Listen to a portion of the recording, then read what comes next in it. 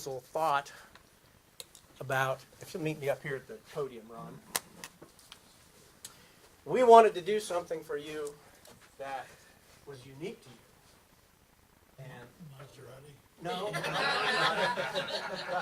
but you know, we didn't want to just do a simple plaque with years of service and that kind of thing. And so what we think about, and you're taking a peek in here, aren't you, already? I mean, look. What we did, if anybody that knows knows that Ron always has bubble gum in his pocket that he'll hand out to anyone and everyone. He's got it right there.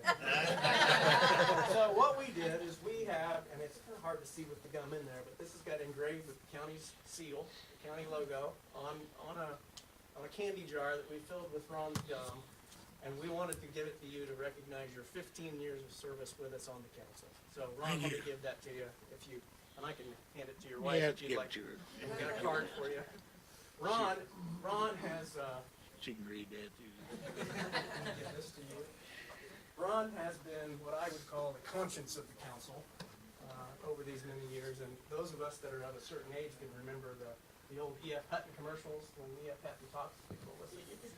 Ron was never quite he weren't always the most vocal member of our council, but when Ron talked, everybody listened. It was usually cut right to the chase and to the heart of the matter and centered the discussion where it needed to be. And I always really appreciated that, Ron, and thank you for your years of service. I believe you started in 2007. Is that correct? I think we were together, right? We were rookies together. Yeah. Down the narrow paths of righteousness or whatever. But when Ron announced his retirement, we didn't really get a chance. We weren't prepared. So I want to thank you for coming in today. We just wanted to take a minute to recognize that. So thank you again. Well, I wanted to retire before the end of the year because I thought I might die, you know. All right. Thanks, Ron. And feel free. I'll give you the floor if you'd like a minute to say it. I'll just be brief. Okay. Got an hour or so. Well, we got a replacement. He's already looking for a sponsorship for his nephew's car. Race car. Mr. Tall's race car. Cole. No, I'm not. No, that's the other side of the family. Oh, okay. I was going to say, Dig deep. No, I've enjoyed these years, and I think I only missed a couple meetings, and one I was in Alaska and couldn't make it back in time, so I stayed up there for a while longer. And the other time I was in the hospital, and they wouldn't let me out, so you know how that goes. But it's been great. Met a lot of people. I haven't found too many I didn't like.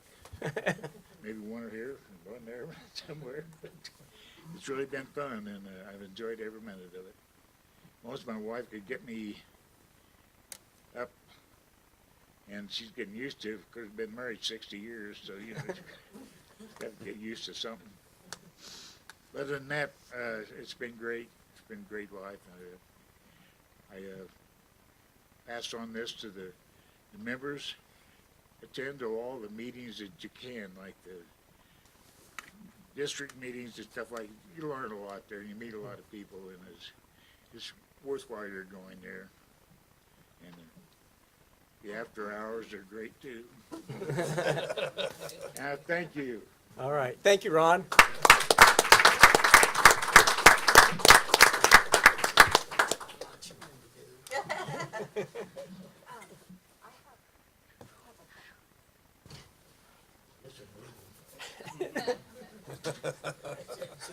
Okay.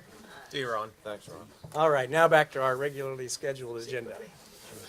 Next item of business, we have the Clinton County Soil and Water Conservation District and Clint Orr as its president. Clint, I'll turn the floor to you.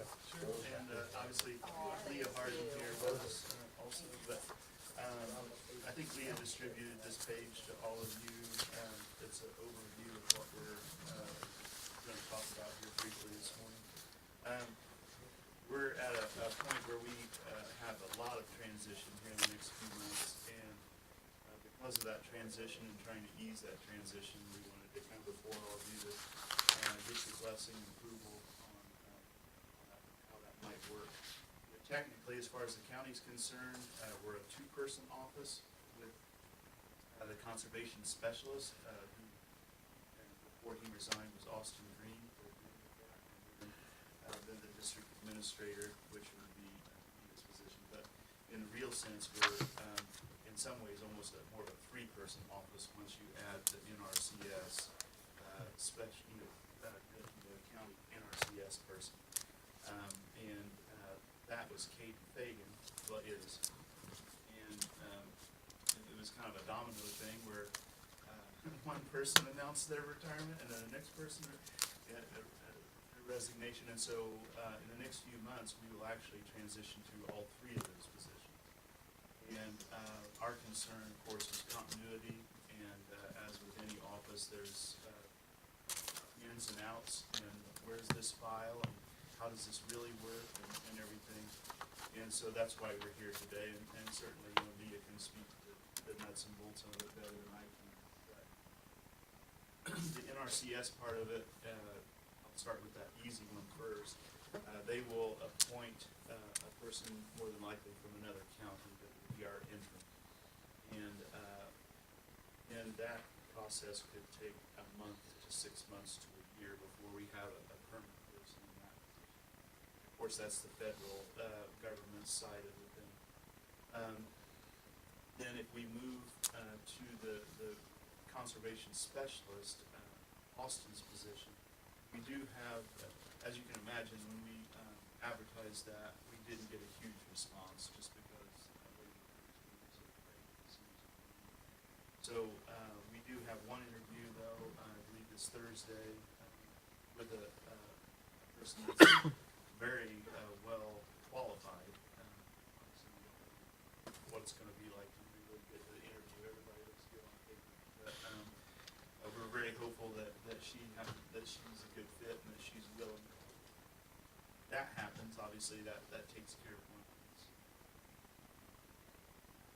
Because of so much transition, Leah originally was thinking about a retirement date of April 1st, but that is probably going to be, because she's been willing to stay on, that's probably going to be pushed down the road a little bit further. We really haven't started advertising her position yet, but that will start this week. Because of Austin leaving his position, and there being so many grants in process, we're asking for approval or your blessing to hire a contractor that works in this on a regular basis. She is a known quantity. She's worked all around the state and very well respected. And so that'll be a little bit of an offsetting thing where we'll be spending money on the contractor, but you won't be spending money on Austin's salary. And so that'll be a little bit of a trade-off, but it'll be different than what we're accustomed to. In so many of these grants, there's lots and lots of steps and boxes that have to be checked, a certain number of meetings and a certain number of field meetings and different things like that. She's very good not only at helping facilitate that, but also with the documentation that has to go along with all of it. In a big overview picture, obviously what we want to do is make sure the producers that benefit from all these grants don't have a lull in service, or they miss out on monies that could be granted to them because we didn't administratively. So the contractor coming in is one part of it, and then the other part of it is wanting to have permission in kind of a loose way of having creating another, I guess, part-time position for Leah to work in interim, because you can't have two people in one position. So we hire somebody to replace her position for,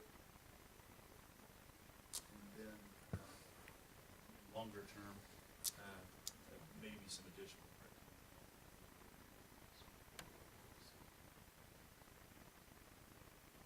In the end, I guess, appropriation, just You're part-time, yeah. for a period of time to help with the cost. Do you envision that being limited into the next budget year, or do you think you would continue to work part-time in future years?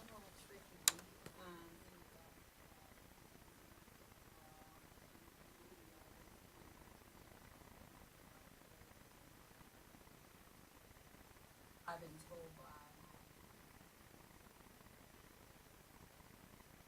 I have to separate Okay. for a minute.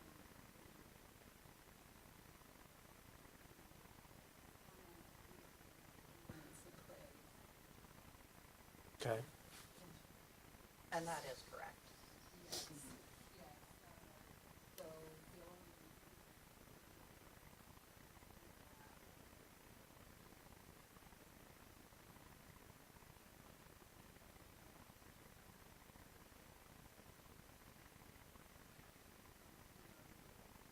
So you're I think viewing it, that's you're just as you're far viewing as it, I can yeah. talk about it, You're, right? you're viewing it as a transition, an As assist in the transition, transition, right.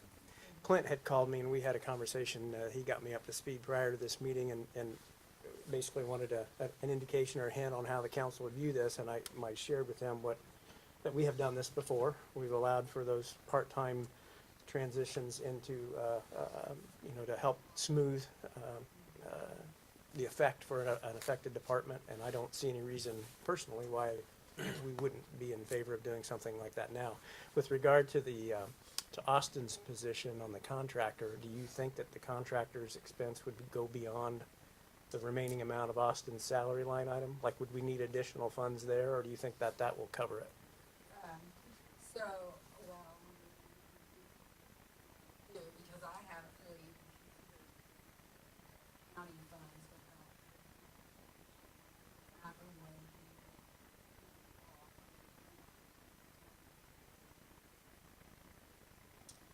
for the fact. Okay. That does indirectly affect us typically. Mm-hmm.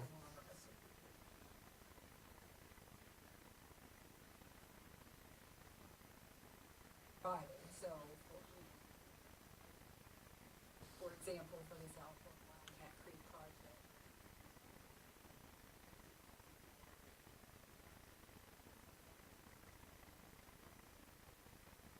Yeah, similar percentage.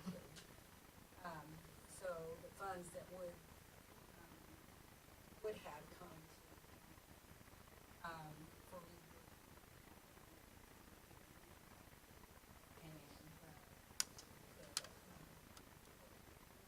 and the contractor.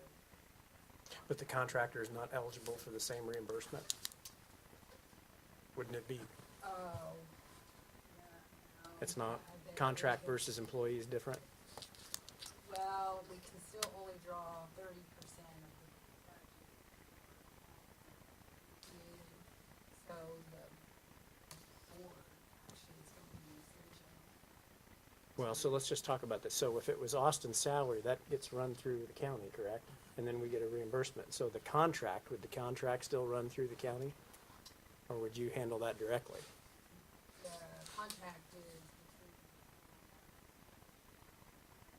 item. Okay. So we would not be paying the 70%, 65 to 70% that wasn't getting reimbursed either then, correct? Correct. So I mean, it's a And net so- benefit to the county. Yes, that Yeah. was my next point. Okay. So I think that will offset. So what- my point is, I don't think there's any action that we need to take on that part. The only action we would need to take would be the approval for the part-time. And I did do it by days because it was how long it will. Mhm. So, I just put 70 days, and that's what I calculated.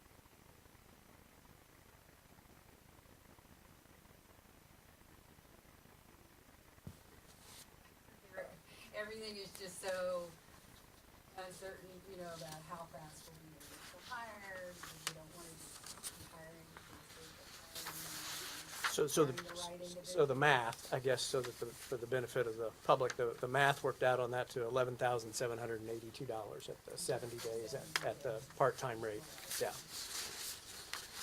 So I would entertain a motion from the council that we would be in support of that to assist Soil and Water in their transition at this time of extreme turnover to help smooth that out. We have a motion by Mike, Second. second by Jake, that we support the request for some additional funds. And I'm going to assume for now that that's just for 2022, and we'll discuss it at budget time if it needs to roll over. But okay, so any other questions for Leah or Clint? All those in favor, raise your right hand. Motion carries 5-0. All right, appreciate the explanation. Right, sometimes it's better than written Yeah, out. Those- yes. All right, thank you for coming in. We appreciate Okay, next item, encumbrances. I got this stack of paper here. That's all the encumbrances, okay? Encumbrances are a unique situation that the council handles one time a year, and it relates to state statute that gives the department heads some flexibility on how they want to handle expenses that occur in the last 30 days of the year. So the department heads have the ability to say they want to take it out of the previous year's budget or the current year's budget. And if they want to reach back and take it out of the previous year's budget, we call it an encumbrance, and that's what we have here. So all of these expenses are within the budget. There's no additional monies being, it's gone through the claims process or will go through the claims process. So with that being said, I'm not going through these one at a time.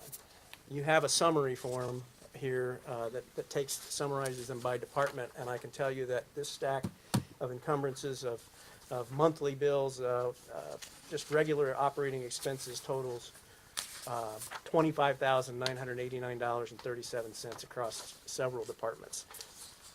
I'll have this with me if anybody in the public wants to review them. I'm happy to distribute and show and explain, discuss. I'm happy to take any time with a member of the council that wants to discuss any of them. You've had them to review for a couple of days here. Does anybody want to talk about any particular encumbrance?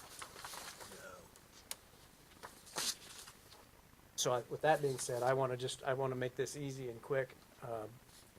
I will say that out of that $25,989, that $16,080 was out of the general fund. I will make that breakdown.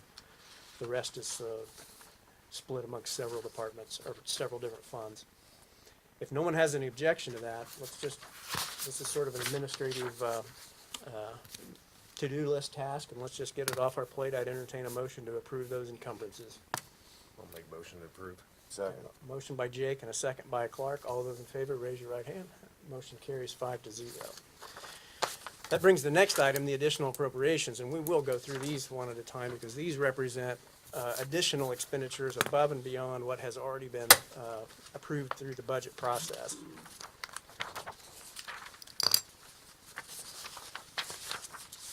So bear with me.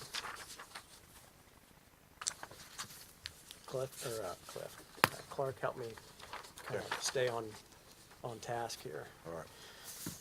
Make sure I don't miss any. All right, starting with the general fund.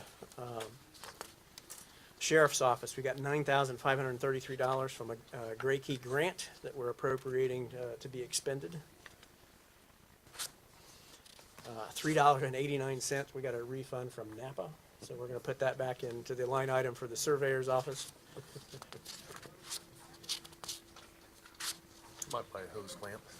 Yeah, hose clamp, yeah.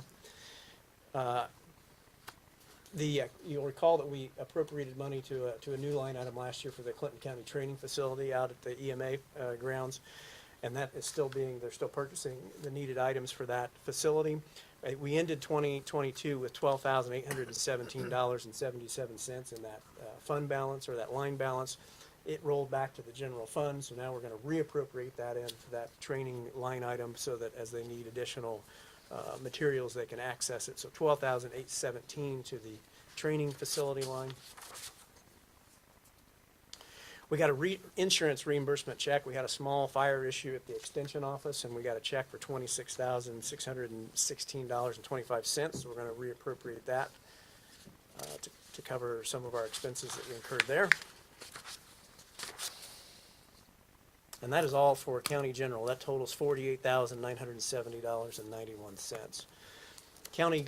County home, we have a gift fund, and we had a a donor give a very, very generous donation of $5,700 to be used for the benefit of the residents, and so we're going to appropriate that to the County Home Gifts Fund.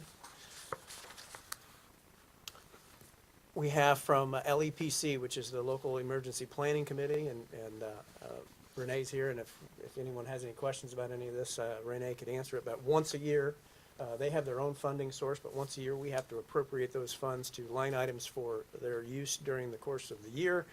We have $500 for office supplies, $500 for stationery and printing, $5,000 for emergency planning, $1,000 for meeting stipend, $8,000 for training, $100 for postage, $500 for seminars, $3,630 for equipment, and $200 for computers and peripherals. So this is essentially their budget review that we do everybody else in August and September. We always do the LEPC at the beginning of the year. That's a total budget of $19,430.63. Normally, we don't spend all of that, correct, Renee? Yeah, but we do put it all in a line item that it could be used. Yeah, well, that's for a good purpose. That's for a good purpose. Health Department budget, $3,700. It says to reimburse environmental health for the purchase of office furniture. So we're taking it from your 1159 main fund and we're reimbursing another fund, correct, Rodney? Am I saying that correct? That's when it says to reimburse environmental health. Is that a different fund? Same line item, obviously in the same general fund, probably putting additional money in there, purchase, so, Refunding that line item from your cash balance? Okay. yes, exactly.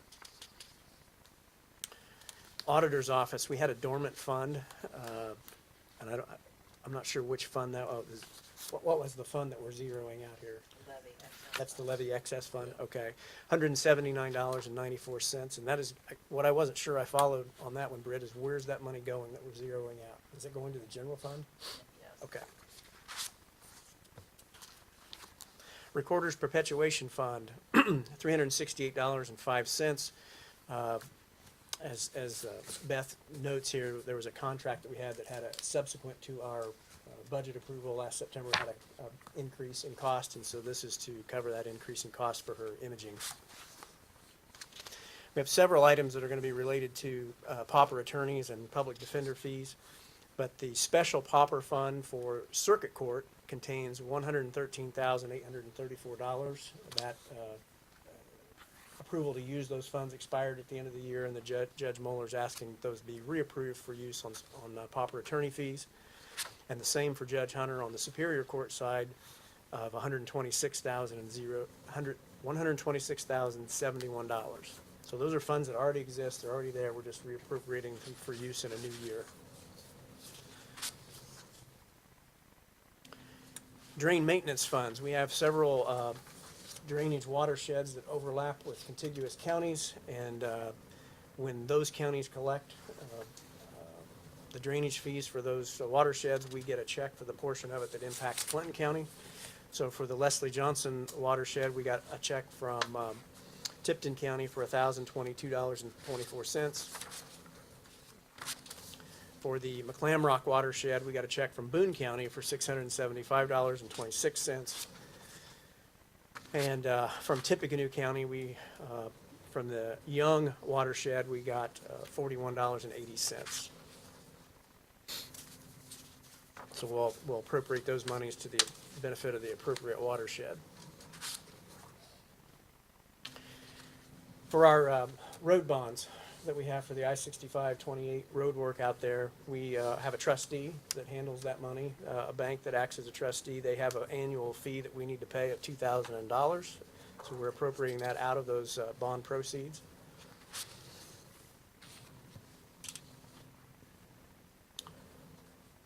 So next one, landfill tipping fee fund. You'll recall that we've had for the last couple of years a line item for fairground repairs, and we've kind of been earmarking some of that for the eventual replacement of the grandstands or renovation of the grandstands. We ended 2021 with $112,121 in that line item. We're moving that forward to augment what we already have budgeted for this year. So Jordan, that'll bump up what we have immediately available for the grandstand project, and once we get those bids, we'll know what else we have to do to fill the bucket.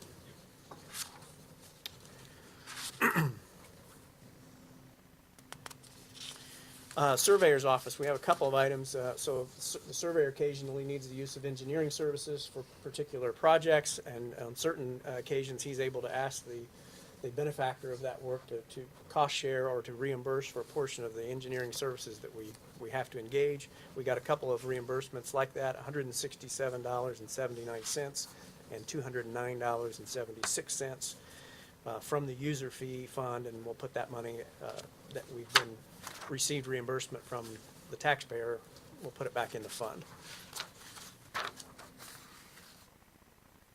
The Medicaid immunization fund, we've got a couple of line items where we're just appropriating funds for use in that fund, $5,000. This one just says funds for the new year. Let's see, which one is that? That's supplies, and $5,000 for service contracts, and $4,000 for equipment. That's, yeah. So that's putting it in a line item for Rodney to use for 2022.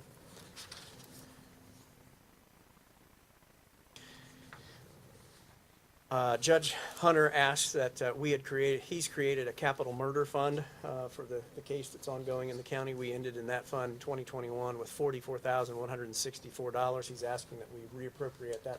No? You're saying no? Skipped It's one. I skipped one?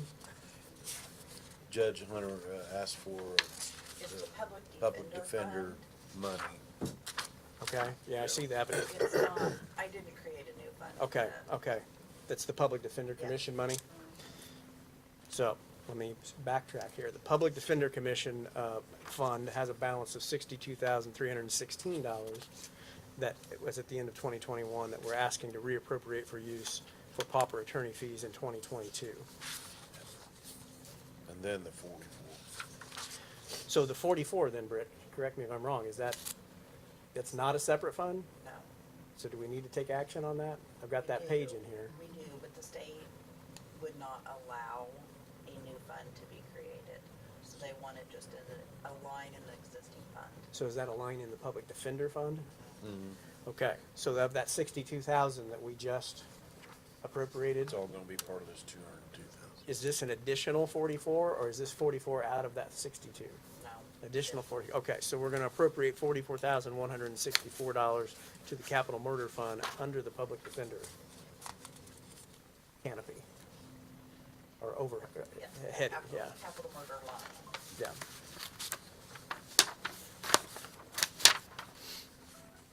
That was Superior Court. We have the same on the Circuit Court side, which their public defender balance at the end of 2021 was $67,967. Judge Moeller would like us to reappropriate that for 2022. And then, lastly, we have, with regard to the pauper attorneys, we have our quarterly reimbursement check from the state. It's $28,301.77, and that will go into that Public Defender Fund. So that's new money, additional money that we're just receiving from the state. Correct. And that all I'm at is $202,749.70. Right, for the Public Defender Board. Yeah. And then the last item that we have, I believe, is from the CASA grant. Judge Moeller is asking for an expense to be paid in the amount of $32.97. Let's see what that was for. Office supplies. And that is the slate of additional appropriations. Anyone have questions about any of those items? They're all fairly straightforward. I'll make a motion to approve additional appropriations ordinance number 2022-02. Second. Second by Mike. Joe, you comfortable with everything? Okay. All those in favor, raise your right hand. Motion carries 5-0.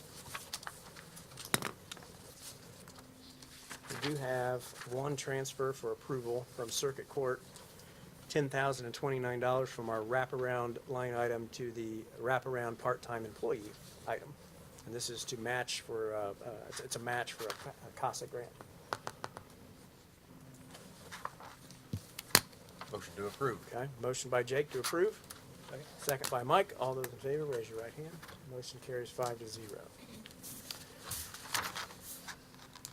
Okay.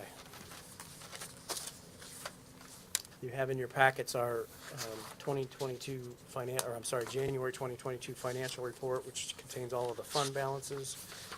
State Board of Accounts likes to know that we've received that from the auditor and that we have had a chance to review it, so I would entertain a motion to signify that. So moved. Motion by Mike. Second. Second by Clark. All those in favor, raise your right hand. Motion carries 5-0. And that leads us with our reports. Anybody on the council have a report to share anything with the council? I would like to share something.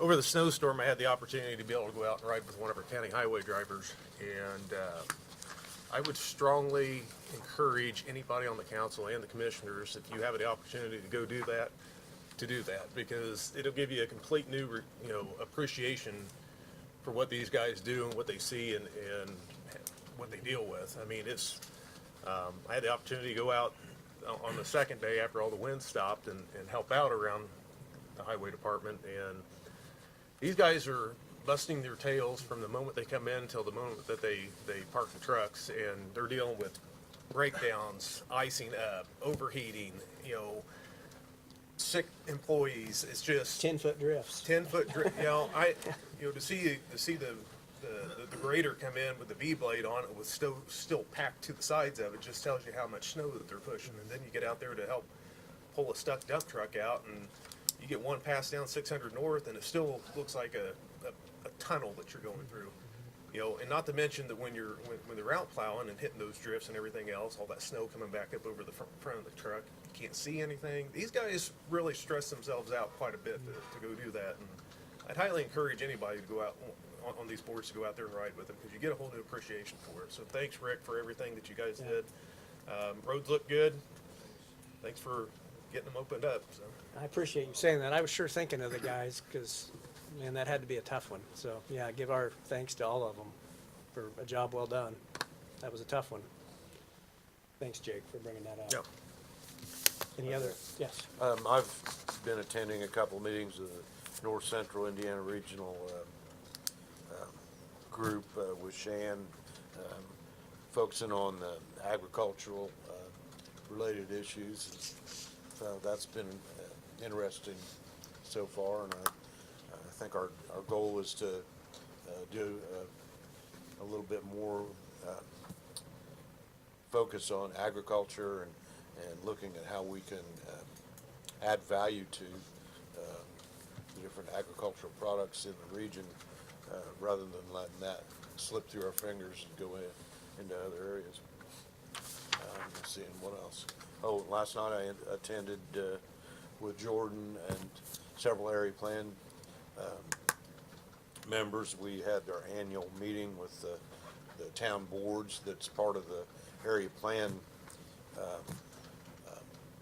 makeup. In other words, the towns that are members of our area plan meet once a year to discuss things, make appointments to different boards that we have, like the Renee's 911 board and things like that. So I think it's great that Jordan and I always enjoy hearing from those people in the small towns. Gives them an opportunity to have a voice. Okay. Thank you for sharing that. Any others? Okay. Thank you for that. Commissioner reports. We have a couple of commissioners with us today. Jordan or Josh, whichever. Good morning. Mine will be pretty brief and quick. As you kind of mentioned earlier, Monday on the 14th, we'll open the bids for the fairground project. So that's kind of the next step there. And the other thing I wanted to mention is we had mutually agreed to part ways with our HR consultant, Rick Brown. It just wasn't the right fit for the county or for him. And so we've engaged WIS Associates, and they work with about 80 counties in the state already. And so that we did that engagement at our last meeting. So I just wanted to let you guys know that we'll have a new HR firm for 2022. Do we get assigned a particular person? Yes, yeah, we have one specific person and then some associates under that person as well. So we've been coordinating with the auditor's office since they're the ones that work with them most directly, and I think they'll be comfortable with the direction we're going. Brett, if you would share that contact information with me so that I had it. Sure. Okay. We're going to try and arrange a meeting here with them in the next, say, month or so, just to get them in front of us. Maybe kind of have a working group that can meet with them so they have faces with names. So. Yeah, okay, great. Yep. So that's all I had to say. Okay. Josh, I think you had something as well.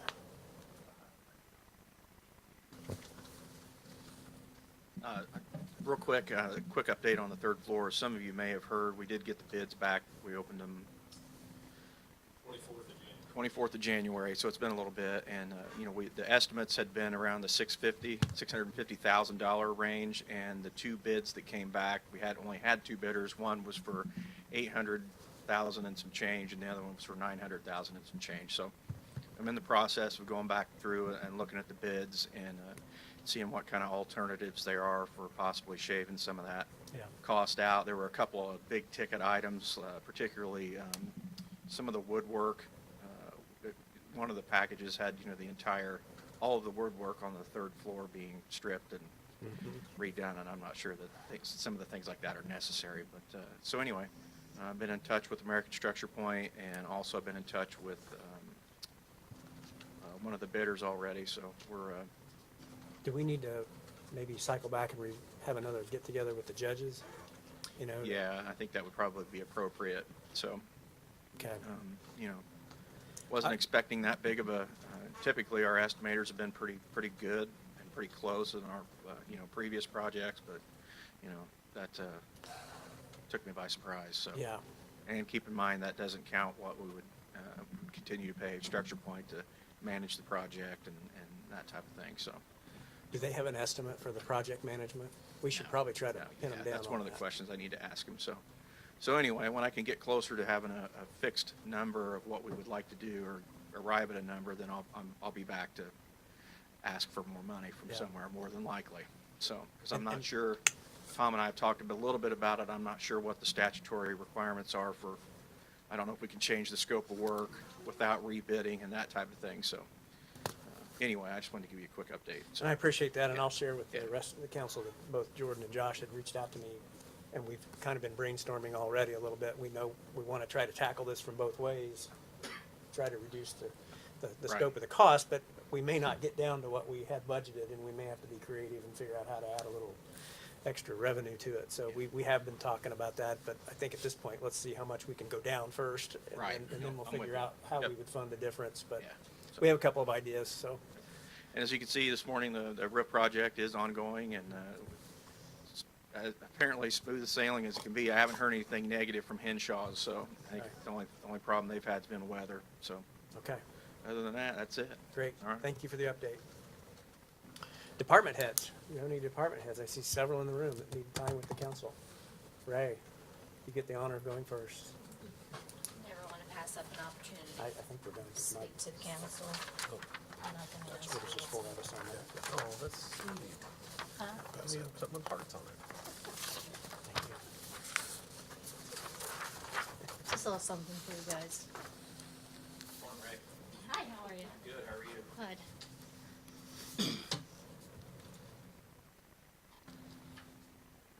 Let me find my notes.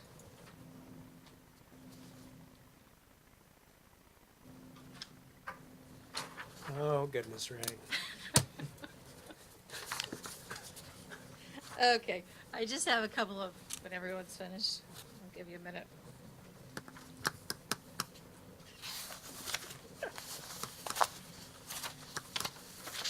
It's an original from me to you. Okay. Okay. Appreciate it. You're welcome. Just a couple of FYIs. I'm not asking for any money yet. I told a couple of commissioners last week that I'm having a bit of an issue with my bank accounts. I have two accounts, and we're seeing a bit of a trend happening with checks that we are issuing to people out of my ISETS account and our regular trust account, where mobile depositing is becoming more popular.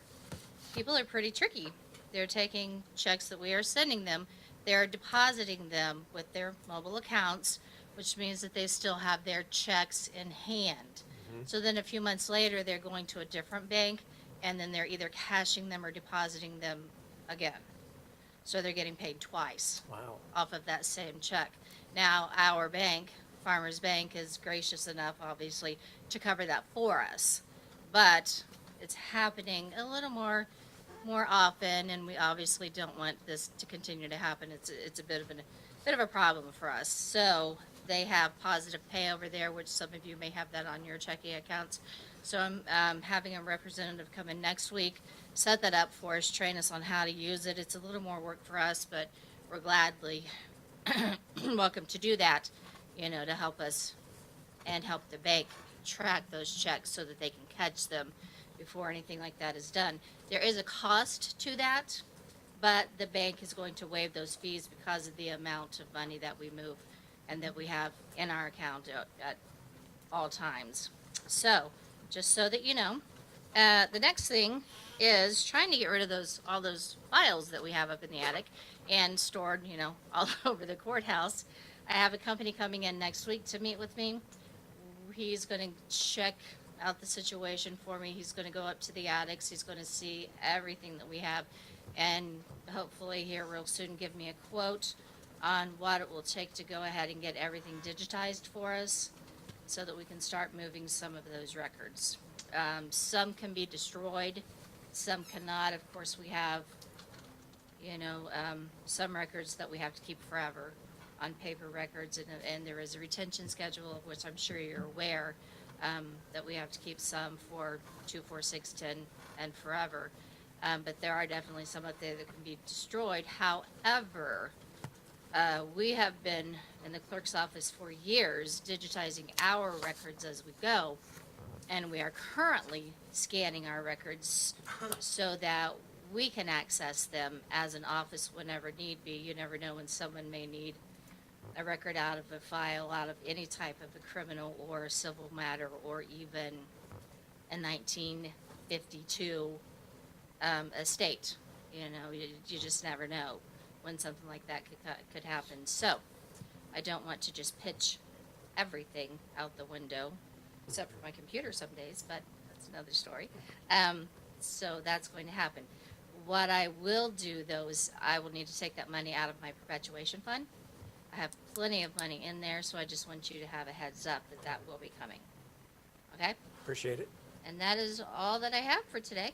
With regard to the people who are double cashing on a check, obviously we know who those people are. Wouldn't we have a way to maybe put a charge on a property tax bill or seek some sort of surely there's a way we can get reimbursed for that, right?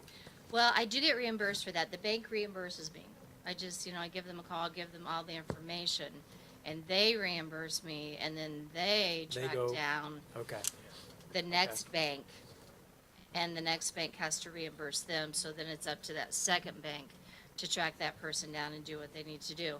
I have gone as far as, though, if it's one of my ISETs account, if it's out of my ISETs account, I put a hold on that person's account just to give that person a heads up that I know you're doing this until the bank reimbursed me and our account, and not give them their child support until we were reimbursed, and just kind of let them know, hey, we know you're doing this, you might want to stop.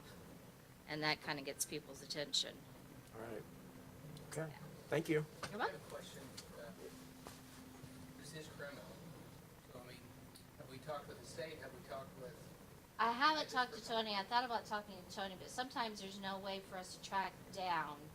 Sometimes I can tell who it is. Sometimes we had a check recently where someone had taken a check and whited out the person's name, put a totally different name in there, and obviously not even the same. Looked like they'd taken a typewriter and typed in a totally different name, put in an amount like for almost $2,000 more than the amount that we had issued it for. I have no idea who it was, couldn't read the name on the back of it.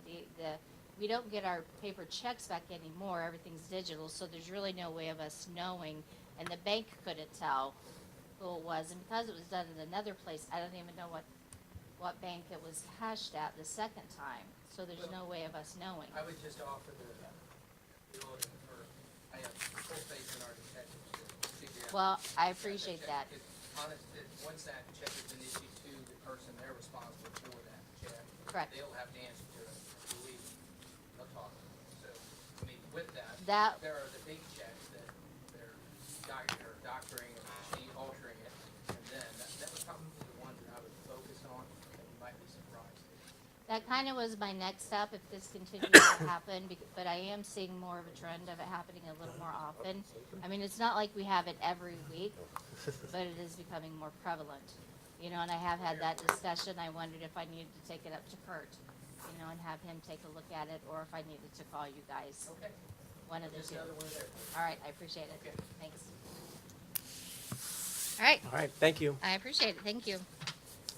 Any other And you can department frame that heads? if you want. Any other department heads? Greg?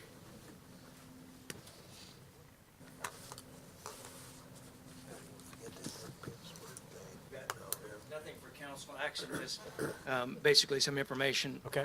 for us to go, to kind of ride along with what Jake said. This last snowstorm that we had, to see all the agencies come together, we called Rick and had him, we had a couple of ambulances stuck. We sent Rick out to send a plow out to get them. Daryl provided us with a snow plow and a truck to set at Mulberry to clear out the way for Mulberry and Rossville.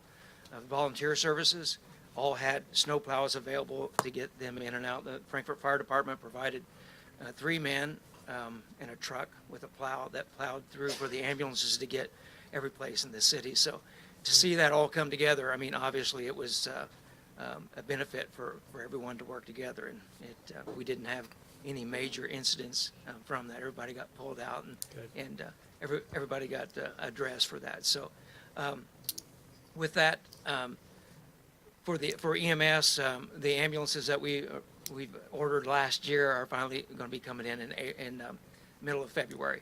So they'll go for graphics in March, and then those will be in service, which will help out because those are 4-wheel drives, and 2 of the ambulances that we had that got stuck were not. So now everything front line will be, so that'll be a huge plus for us to have that completed. We're also in the midst of, I talked to the commissioners at their last meeting. We're in the process of finding a replacement for the EMS director. And that will be, we'll be doing, scheduling some interviews. We've got 3 people internally that are interested in that have a history of Clinton County EMS. I gave them my letter that I said that March 1st would be the time. I thought we'd be a little more further along than that. Yeah, 23. I was hoping with the snowstorm came in and took a little bit out of our meeting schedule. So we have a meeting this Friday with IU, and that's one of the big hurdles I wanted to be sure that we got finished with, talking about the transfers. So Kristen Post, Jeff Zay, the commissioners will be present. We have our medical director. The invitation was out to you to do that. The EMS supervisors will be present to talk about that whole situation. During the snowstorm, we did, with Renee, also with Renee's help during the snowstorm, we were in communications on how that all worked out and how we dispatched the ambulances, but also with that too, with Renee's input of how the transfers actually get prioritized. And we actually stopped all transfers out of the hospital other than emergencies during the snowstorm, so we would have ambulances available since the roads were so bad. So part of that is going to be our conversation, or all of that will be about transfers for Friday. But that's one of the things I wanted to try to get resolved prior to leaving with that. So everything else that, that we had online is going well. And so hopefully in that presence of the first part of March that we can have that done. But like I said, we've got 3 people internally. All of them have been with EMS. They know the system. They are in supervisory positions for that, so it would be an easy transition for sure. So We talked a little bit at budget time about whether that position would continue part-time or move to a full-time director. How are you proceeding in that regard? And I think with the brief talks I had with the commissioners, I think to finish out this year could be a part-time position with what's left in the budget that was budgeted for me. And since it is someone who's already working that position, that could be used as a part-time amount for them to fill in for those hours for the rest of the year. Okay. And then to address that during Budget time. for Okay. how that would work. If, you know, the primary, or the best situation would be if that person were a working medic and working a shift, and also to be able to fill in during that time. That would be great, because that contact that we have to have within the working medics and the medical director is so important. Well, it's So- not real often that I argue in favor of spending more money, but in this case, that's an awful lot to put on a person's plate to say, we want you on a truck and we want you to run a department. It is, and what's so hard is to fill in. You know, we put in, we filled out put applications out on Indeed. We put it on the state website, and we got 3 people back. One was not eligible to be hired. 2 didn't even call us back. For the director position? No, for medics. For medics. So trying to find, I gotcha. someone I gotcha. for that. So we did find a medic that is coming from St. Vincent's to work with us full-time, so we have that position filled.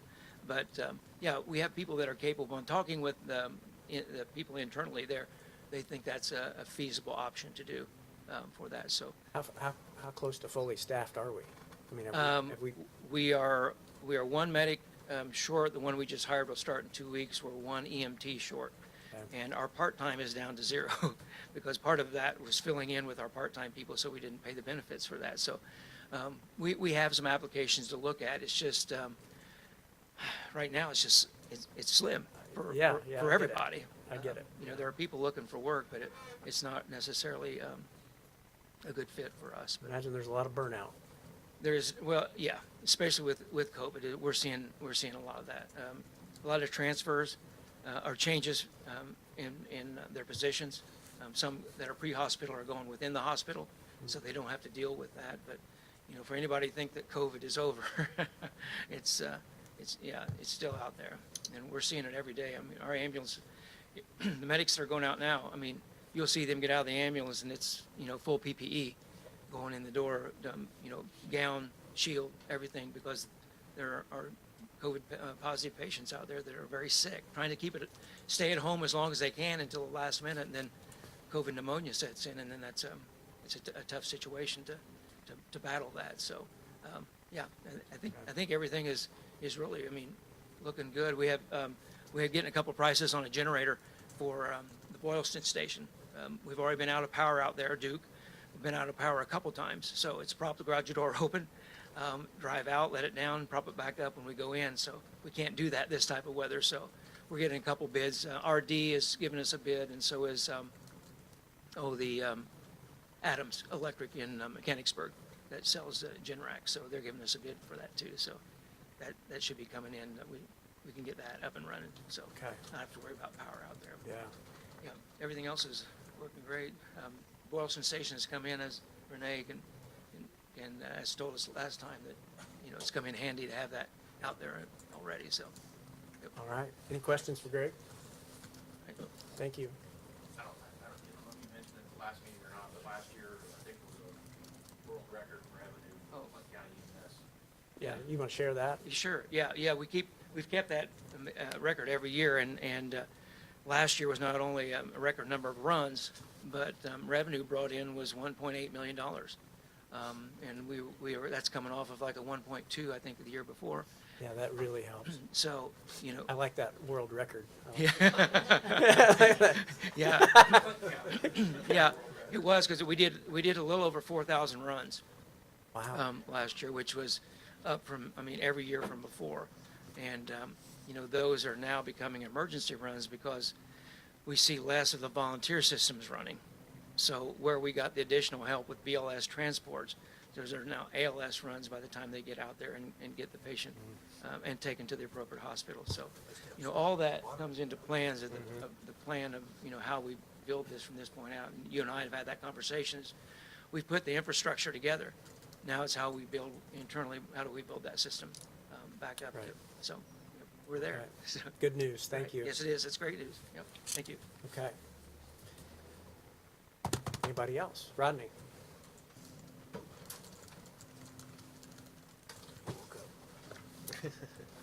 Morning, gentlemen. How are you? Good morning. Doing well. Welcome. Mr. Mink. I just wanted to give you quick updates that I did talk also at the commissioner meeting. One thing, financially wise, we have continued to receive additional reimbursements on administration fees for COVID vaccines. I anticipate those will come in hopefully throughout this year. We got another 26,000 that came in, and Janet and I worked diligently to figure out where it was, what it came from. It's always great when the government throws money and doesn't tell you what it's for, but we also are going to look with our current financial situation, look to request permission to put money in our rainy day fund again this year, at least until we determine what we're going to do with the windfall that we have. So I did mention to the commissioners I have a part-time individual who's worked off of a grant for about 4 years. That's made that position possible in the immunization clinic. That's a very competitive grant that we've been very fortunate to have gotten for 4 years. And my plans are to moving forward to try to work her into first a state grant payment and not necessarily anticipate we're going to get that competitive grant, and then hopefully be able to expand that position into our regular budget through the next couple of years. So just make you aware of that as well. Okay. And then, Very good. other than that, just I any don't, questions? we may want to check, Britt, I don't know if you know, does the council have to take action to move the money to the rainy day? I think we're like statutorily allowed to move so much. I think you can just do it. I've I would be done willing that. to guess we have to take action. We might Because I double know check on we've that. looked into this for like Wildcat Solid Waste District, and council has to take Okay. action on it. Okay, So- well, let's make sure we All do it the right, right way, So but. we'll, yeah, we'll just ask it I've in never case. done And, that, so I don't know. yeah, but by all means, if we can look into that, then that's what we would like to do if we can. Well, the restriction used to be 10% of the budget, and then the General Assembly changed that, I think, last year to 15%. And I think you could, I thought you could just do it, and it didn't require us to. Well, So yeah, let's just double check on But that. by all means, we want to make you aware that's Yeah. what we're fiscally trying to do And I to appreciate it. remain Yeah. solvent, so, okay. Okay. Otherwise, I'm at your Any questions for Roger? questions that you may have, or. Thank you, sir. We do want to thank, again, right before the big storm, we had help from our county highway with rerouting some of our testing clinic with concerns. The last month and a half, we've had high demand that pushed us out into the street and the roadway concerns. So they helped us with rerouting that. And also the Frankfort Fire Department came out, one of their crews, and helped us with getting our emergency shelter, which we bought back during during Ebola times. We used money to buy a Dresch military tent. We're now using that right now at the testing site. So that's about a $25,000-$30,000 tent that we were put in plans just in case we ever needed, and now we do. So, so we want to thank them for helping us deploy all that. So. Okay, all right, Thanks. appreciate the update. Sure. Anybody else? Sheriff Kelly? I got it. Not much, a few things.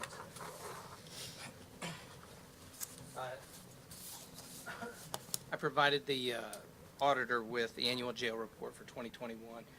I'll give you a copy, Alan, then I'll email Councilman with a copy as well, and same as the commissioners. I wish I would have just brought your copy today, given it to you. So I will get your hard copy at the next meeting on the 14th, and then also email that to you. And just through the highlights of it is, just like EMS, I think we're increased just a little bit from, for 21. It goes through jail staffing, deficiencies, and, and also the positives on it. Probably one of the biggest things is the RQAW on the maintenance. We've got that initial assessment, and so you can review that. And it basically covers everything that's needed. So with that, I'll let you guys, you might have already looked at it or have a copy of that RQAW assessment. It's probably the biggest thing that we have to really tackle in the next several years or a few months or whatever the case is. And it does do and give a very good detailed report of what needs to be addressed at the facility. So without spending a bunch of time on it, there's obviously things in that report that you can look at, and it's the same as commissioners should have a copy of that as well. And if not, just let me know. I'll get that to you. Currently, in hiring for EMS. Would you make sure Joe gets a copy of that? Absolutely. And I wanted to see, your email going to be the same as the other one, or She's got me a Clinton Co. email, my old Clinton Co., but I Is it haven't fired tried back it up? yet. okay? We'll make sure you get that, and welcome. And just like anything, I think Alan too. I mean, you're a fixture in this county. You always have been, and I think Alan passed it up too, and then jumped back to it. But you fit well, and appreciate taking the steps to get in here. Thank you. But on the jail staffing, it gives the averages and all the information for the year. So with that, that's really all the jail report. It's pretty status quo as far as, incidents, things like that. It's also listed in there.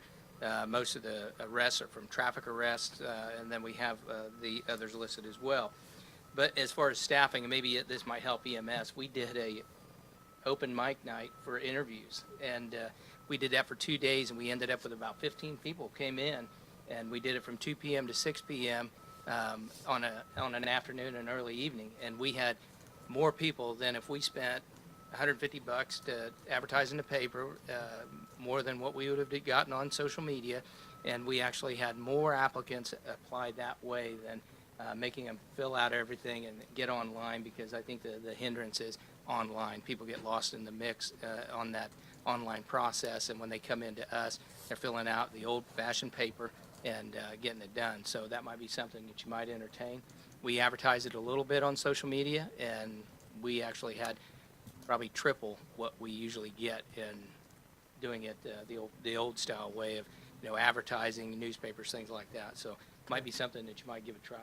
So with that, moving on to the commissary report. Annual report was provided.